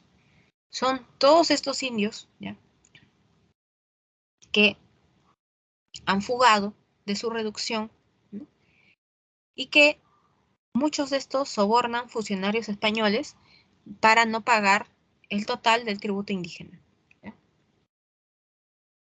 Y van a aparecer castas en esta época, ¿no? Las castas son las mezclas, ¿no?, raciales. La casta más famosa, por así decirlo, es la de los mestizos, ¿no?, la unión de los españoles con los indígenas. Y los mestizos, ¿no?, a pesar que van a sufrir discriminación, porque no pertenecen ni a la República de Españoles ni a la República de Indios, tiene también sus beneficios ser mestizo. Por ejemplo, si eres mestizo, no tienes por qué pagar el tributo indígena. ¿Por qué? Porque no eres indígena, eres mestizo, ¿ya? Y aparecen otras castas, ¿no? La de los mulatos, ¿no?, la unión de los africanos con los blancos, ¿no? Vamos a tener incluso hasta la casta de los zambos, la unión de los negros, ¿no?, con los indígenas, ¿ya? Y aparecen más castas, como la de los quinterones, cuarterones, saltapatrás, ¿no?, etcétera, ¿ya? Y vamos a hablar de los esclavos. Los esclavos son pues una especie de mercancía, ¿no?, que es traída del África. Los esclavos son cazados en el África, llevados a Europa, y de Europa los traen acá a América. Entonces, hay una especie de comercio triangular de esclavos. La mayoría de esclavos reemplaza, ¿no?, la falta de mano de obra indígena, porque, de acuerdo a las leyes nuevas, los españoles están terminantemente prohibidos de tratar a los indígenas como esclavos. Entonces, por eso es que los españoles traen esclavos. Y la mayoría de estos se instala en las zonas costeñas, en una zona cálida.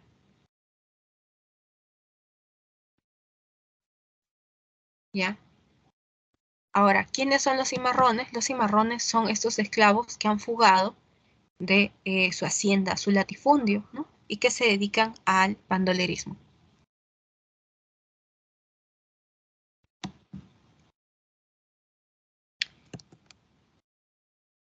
Y ahora vamos a hablar de la educación en la colonia, ¿no? La educación en la colonia es recontra elitista, ¿no? No cualquiera se educa en la Lima colonial, ¿no? Tenías que ser hombre en primer lugar, ¿no? Era muy difícil que las mujeres reciban educación en esta época, ¿ya? Y esta educación es súper religiosa. Los mejores colegios son jesuitas, como les comentaba. Y esta educación, ¿no?, religiosa tiene ciertos rezagos de la escolástica, ¿no?, que se acuerdan que estuvo de moda en la Edad Media. La escolástica, se acuerdan que era una especie de mix entre las ideas cristianas con las ideas de Aristóteles. Ya, en esta época, la escolástica va a ser súper importante, ¿no?, Y por supuesto que está permitido el castigo físico. La letra con sangre entra, ¿no? Es un lema muy popular de esta época, ¿ya? Si no te has aprendido la lección, el maestro te puede tirar un palmetazo, ¿ya? Entonces, así es la educación colonial, ¿no? Que tiene ciertos rezagos todavía medievales, ¿no? Por eso es que es una educación dogmática, memorística, ¿ya? Vamos a hablar de las primeras letras, que es cuando se enseña a la gente a leer y escribir, ¿no? Es como primaria, ¿no? Después vamos a hablar de los estudios menores, ¿no? Cuando te enseñan el latín, ¿no? Que era la lengua, pues, que usaban los curas para dar la misa, la retórica para saber hablar en público, ¿no? La gramática y, por supuesto, la aritmética, ¿no? Para saber contar, restar, ¿no? Multiplicar, ¿no? Dividir. Y después ya vamos a pasar a los estudios superiores, ¿ya? Esos estudios superiores se van a dar principalmente en las universidades, ¿no? San Marcos es fundada por los dominicos el 12 de mayo de 1551, ¿ya? Entonces, San Marcos es la decana de América, ¿no? Es la universidad más antigua de toda América, ¿no? Y después, los colegios mayores van a servir para complementar lo que se enseña en las universidades.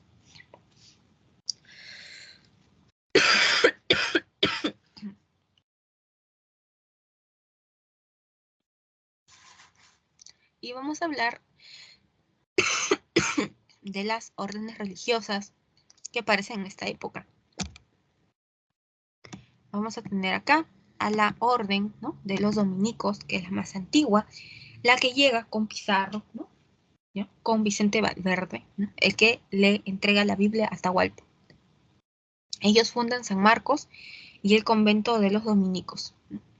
Después vamos a tener a la orden franciscana, ¿no? A los franciscanos les encanta, ¿no? Ir a evangelizar selva. Y los franciscanos han hecho votos de pobreza. Después vamos a tener a los jesuitas, ¿no? Que es uno de los instrumentos de la contrarreforma católica del siglo XVI. Los jesuitas son súper cultos, educan a la élite. Los mejores colegios son jesuitas, ¿ya? Y vamos a hablar de otro instrumento de la contrarreforma religiosa católica del XVI, ¿no? Que es el Tribunal del Santo Oficio, la Inquisición. La Inquisición sirve para castigar a estos herejes protestantes, ¿no?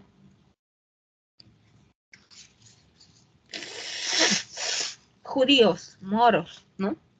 El Tribunal de la Santa Inquisición no procesa indígenas, porque se cree que estos son una especie de niños de menores de edad y son católicos nuevos. Acá van a ver, ¿no? A un penitente, ¿no? Que está dando vueltas a lo largo de la Plaza de Armas de Lima, ¿no? Tiene su cono en la cabeza, ¿no? Y una especie de túnica, ¿no? Está ahí con su San Benito, ¿no? Y la Santa Inquisición después va a pasar a leer la sentencia, ¿no? Y uno tranquilamente podía acabar siendo condenado a la hoguera, ¿no? Si así lo estipulaba la Santa Inquisición.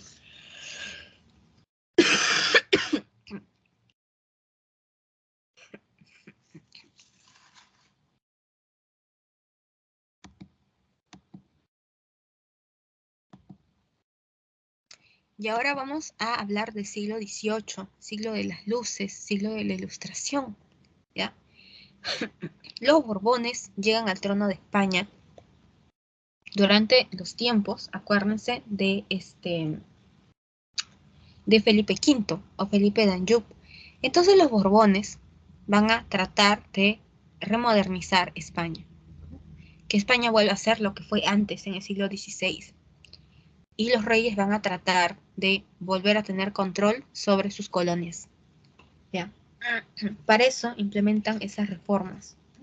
políticas, ¿no?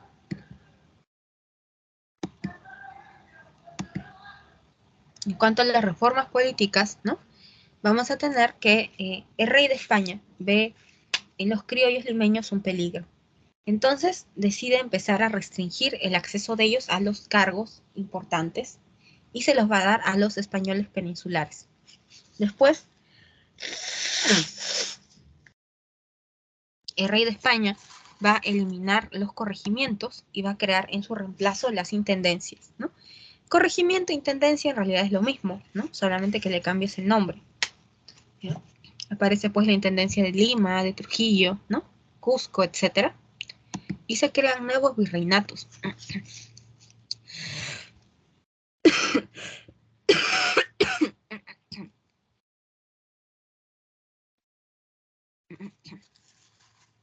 Al norte, lo que está anaranjado, ¿no? Perdón, lo que está de lila, va a ser el virreinato, ¿no? De Nueva Granada, que conforman las audiencias de Quito, de Santa Fe de Bogotá, ¿no? O sea, un pedacito de Ecuador, de Colombia, de Panamá en esta época. Y después, al sur, se funda otro virreinato, el virreinato de Río de la Plata, en Argentina. Bueno, en lo que hoy es Argentina. Y después se crean dos capitanías, ¿no? ¿Alguien sabe de casualidad cuál es la función de las capitanías? ¿Para qué servían las capitanías?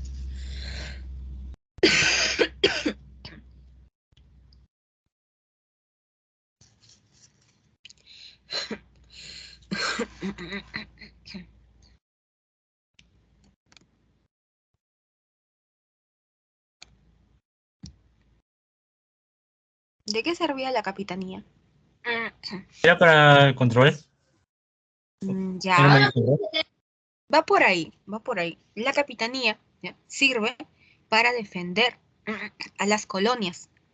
Muy bien, ¿no? Sirve para controlar las rebeliones, para defender a la colonia en caso de invasión, ¿no? De piratas, de corsarios, ¿no?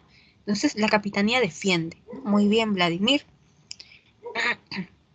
Entonces, acá en esto anaranjado, ¿no? Va a ser pues la Capitanía General de Venezuela, ¿no? Entonces va a defender el Atlántico. Y por acá, ¿no? En el punto 4, vamos a tener a la Capitanía General de Chile, ¿ya?, que va a defender, ¿no?, el Mar del Sur, ¿no?, el Pacífico, en caso de ataque. Otras reformas, ¿no?, comerciales van a ser pues la de un decreto de libre comercio, ¿no?, libre cambismo, apertura comercial, ¿no? El libre comercio va a anular a los monopolios comerciales. Y según esta idea de libre comercio, todo el mundo comercia con todo el mundo, ¿no? Entonces, la competencia comercial se hace más dura, más cruel, ¿ya? Aparecen un montón de puertos en España, un montón de puertos en América, que van a empezar a hacerle la competencia al puerto del Callao, ¿no? El Callao va a dejar de ser hegemónico, porque va a tener la competencia de Valparaíso, ¿no? El puerto de Buenos Aires, ¿no? Entonces, esta libertad, ¿no?, este librecambismo perjudica a los comerciantes criollos del Callao. Y después, en el aspecto fiscal, vamos a tener que los Borbones eliminan las cajas reales y van a crear en su reemplazo las aduanas, para que todo el mundo pague sus impuestos y recaudar más dinero. Se crean ciertos estancos, ¿no?, sobre la sal, sobre la pólvora, sobre los naipes, sobre el azúcar. Y la alcabala sube de precio durante los tiempos de los Borbón. Va a subir del 2% al 6%. Entonces, prácticamente, ¿no?, triplican el precio de la alcabala. Y en el aspecto religioso, el rey va a decretar la expulsión de los jesuitas en 1767. ¿Ya?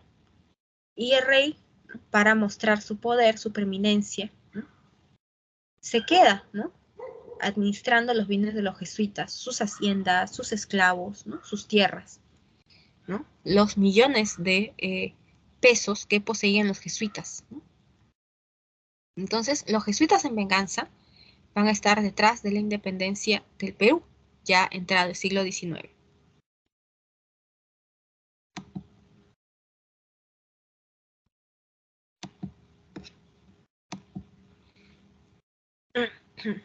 Y ahora vamos a hablar de las insurrecciones andinas de esta época, del siglo XVIII. La gente estalla, ¿no? Porque está furiosa por las reformas que están estableciendo los Borbón, ¿ya? Los Borbón quieren recuperar el poder sobre América, pero no se dan cuenta que lo único que están generando es descontento popular.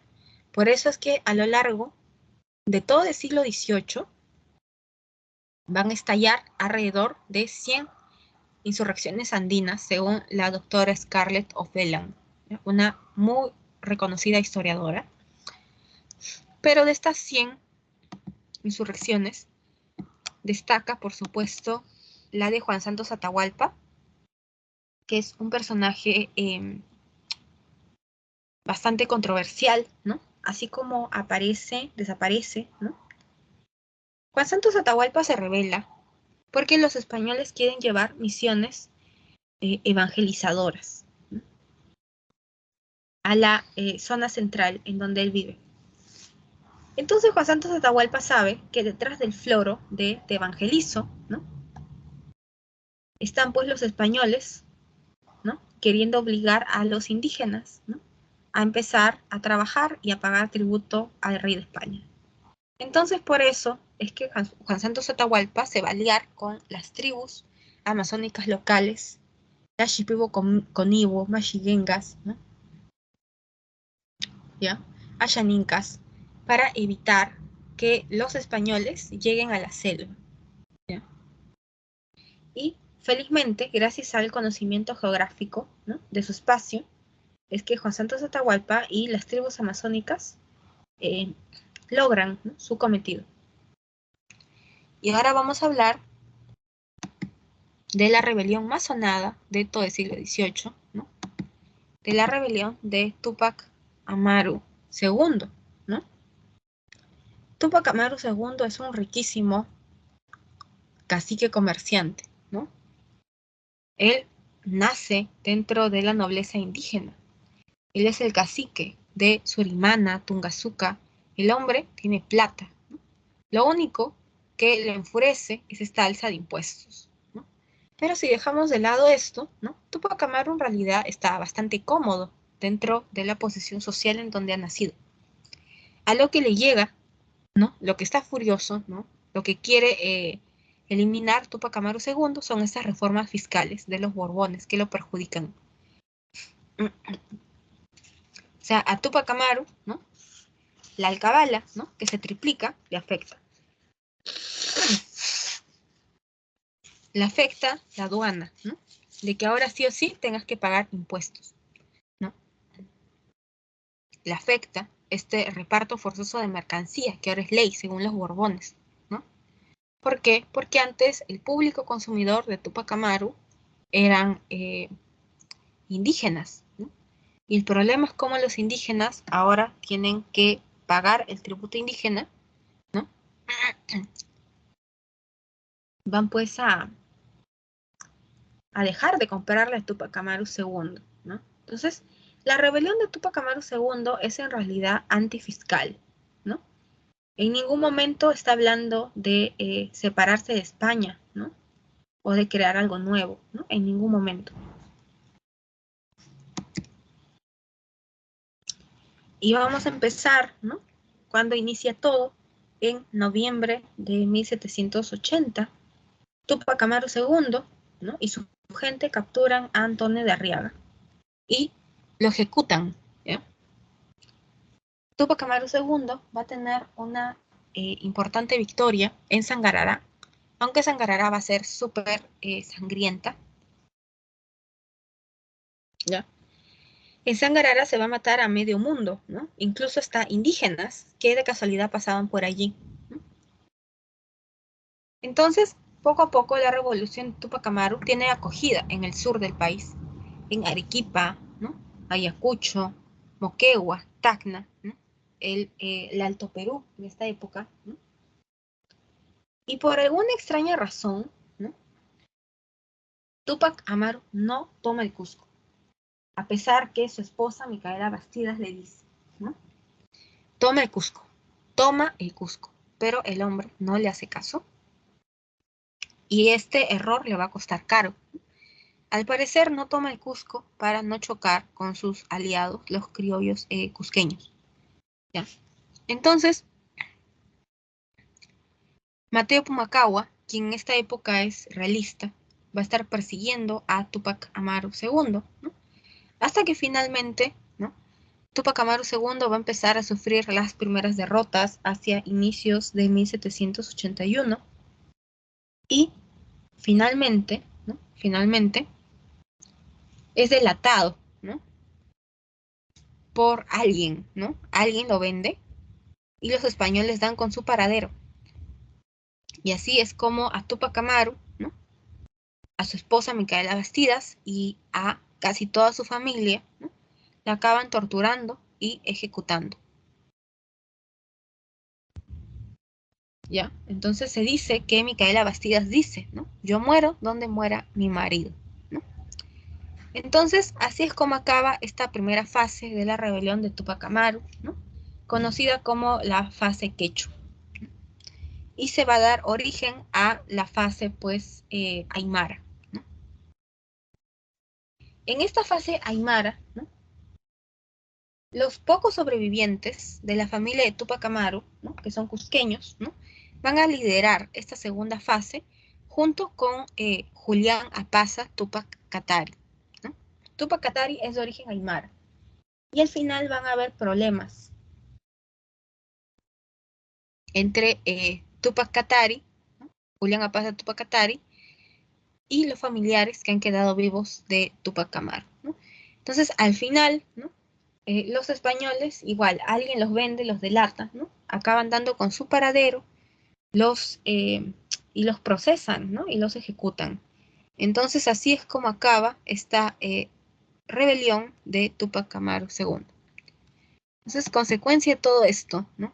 El rey, ¿no?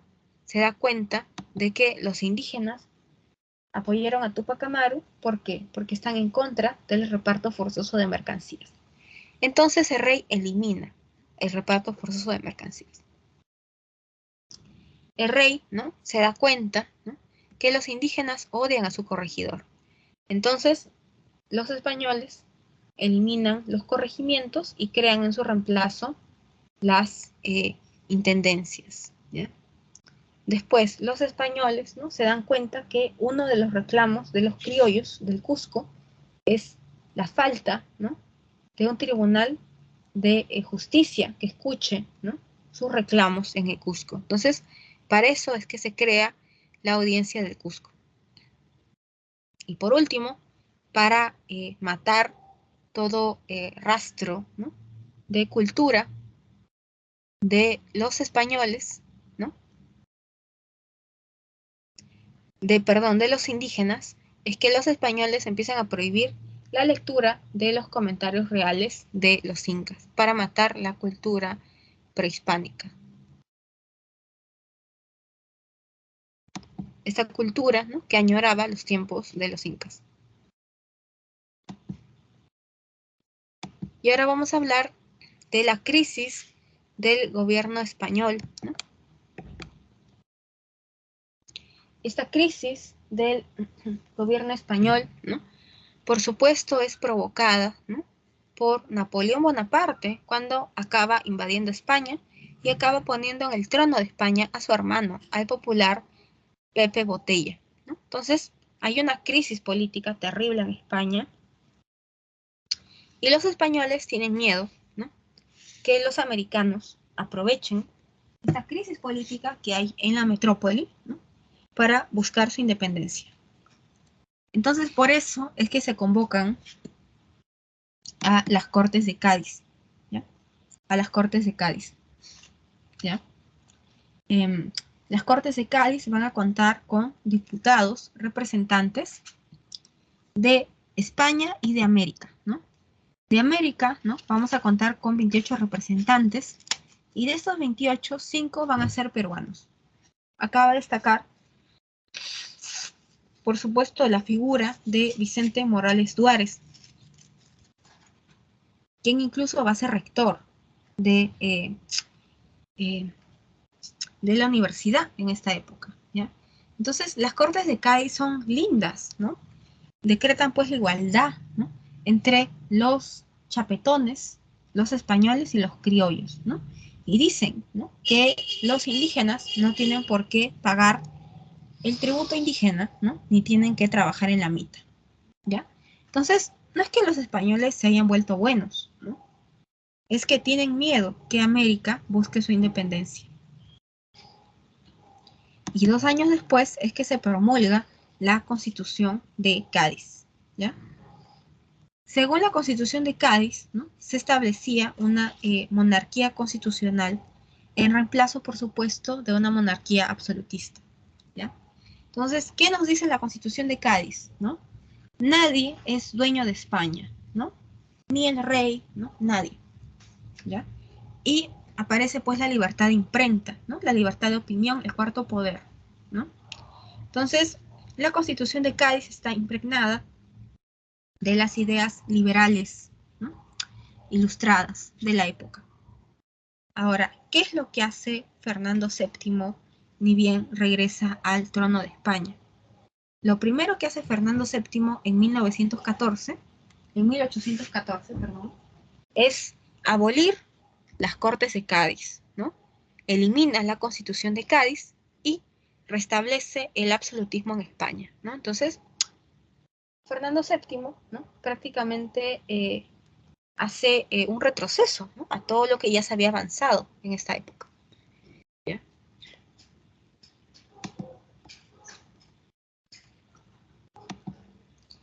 Y en esta época van a empezar a surgir las juntas de gobierno, ¿no?, que por fuera supuestamente son fidelistas, ¿no? Están a favor del regreso de Fernando VII, pero por dentro muchas de estas juntas de gobierno van a empezar a convertirse en focos de conspiración. Por eso es que el virrey Abascal no se comía este cuento de las juntas de gobierno y se las pasaba acabando con ellas, ¿ya? Ahora vamos a hablar de los ideólogos de esta época, ¿no? Vamos a tener aquí a los reformistas. Los reformistas son los más light, ¿no?, los más moderados, los que están a favor de una constitución, de una monarquía constitucional, ¿no? Son los que no quieren romper con España. Esos son los reformistas. Solo quieren reformas. No quieren romper con la metrópoli, con España. Ejemplo de reformistas, ¿no? Tenemos varios. Por ejemplo, Toribio Rodríguez de Mendoza, quien va a ser rector del Real Convictorio de San Carlos desde 1797, y le enseña a sus alumnos las ideas ilustradas, ¿no?, liberales. Otro ejemplo de reformista es Hipólito Unanue, quien también va a hacer lo mismo en la Facultad de Medicina de San Fernando. Bueno, en la Facultad de Medicina de esta época, ¿no? Y después vamos a tener a Baquíjano y Carrillo, ¿no? Baquíjano y Carrillo va a escribir el elogio, ¿no?, al virrey Jáuregui, que de elogio no tiene nada, ¿no? Es una agria crítica contra el régimen del virrey. Y por último, vamos a tener a los separatistas. Los separatistas son los más radicales, los que creen que es momento de romper con España y crear algo nuevo, ¿no? Son los más rebeldes, ¿no? Ejemplo de separatistas, ¿no? Vamos a tener a los jesuitas expulsados por los Borbón, ¿no? Juan Pablo Vizcardo y Guzmán, ¿no?, es separatista. Él va a escribir su carta a los españoles americanos, ¿no? Y después vamos a tener al eterno conspirador, ¿no?, a Ribagüero, quien va a escribir, ¿no?, su manifiesto de las 28 causas para la independencia. ¿Ya? Entonces, ahora vamos a ver brevemente las rebeliones, las conspiraciones criollas que aparecen en esta época.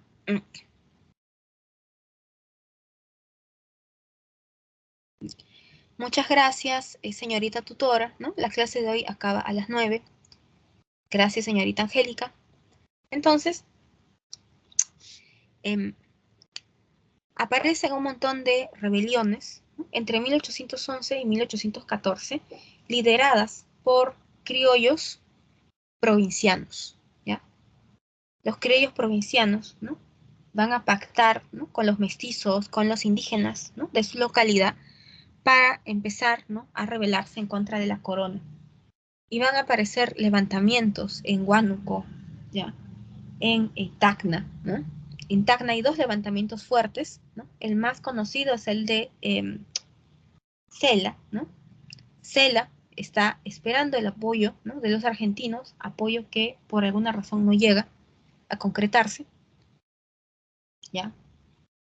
Y después vamos a tener la rebelión de los hermanos Angulo.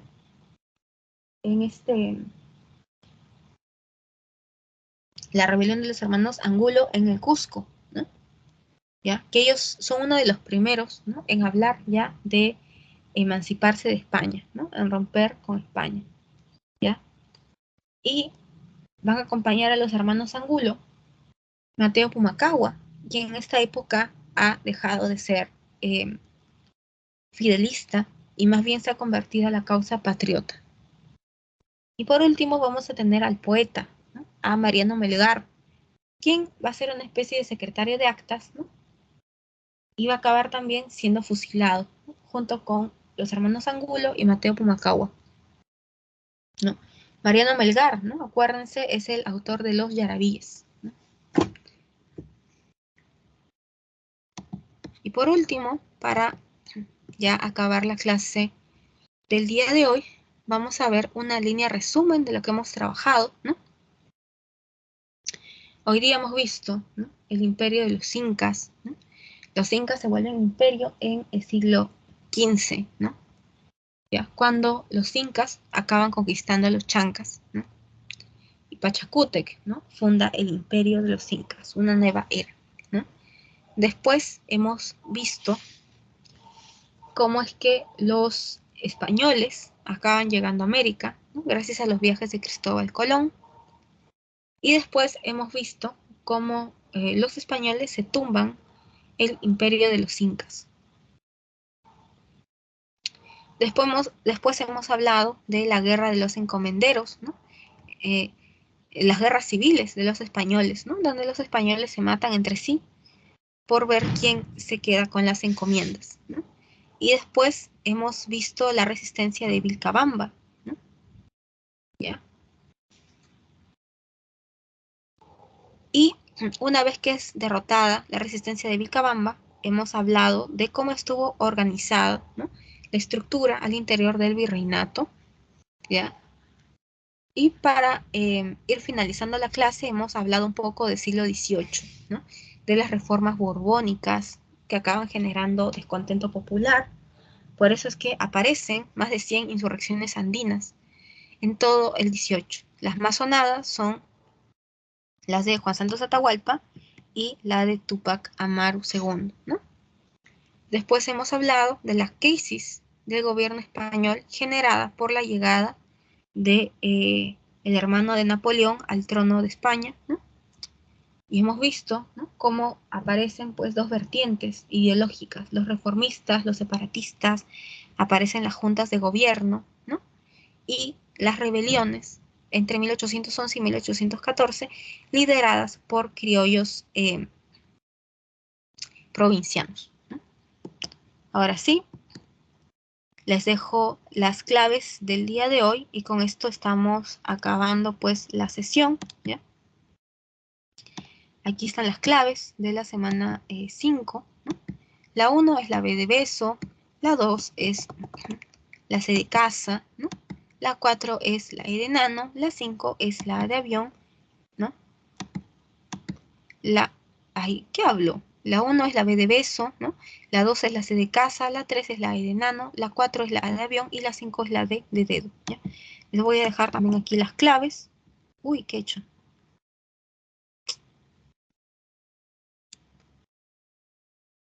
Ya, bueno. De todas maneras, ahí tienen las claves, ¿ya? Entonces, bueno, cuídense mucho y nos vemos la siguiente semana, ¿ya? Chao, cuídense. Saludos, profesor. Profesora, Chao, cuídese. chao, cielo, chao, Kiara. Chao, cuídense. Chao, Vladimir, chao, Yacet, ¿no? Chao, Kiara. Cuídense mucho. Chao.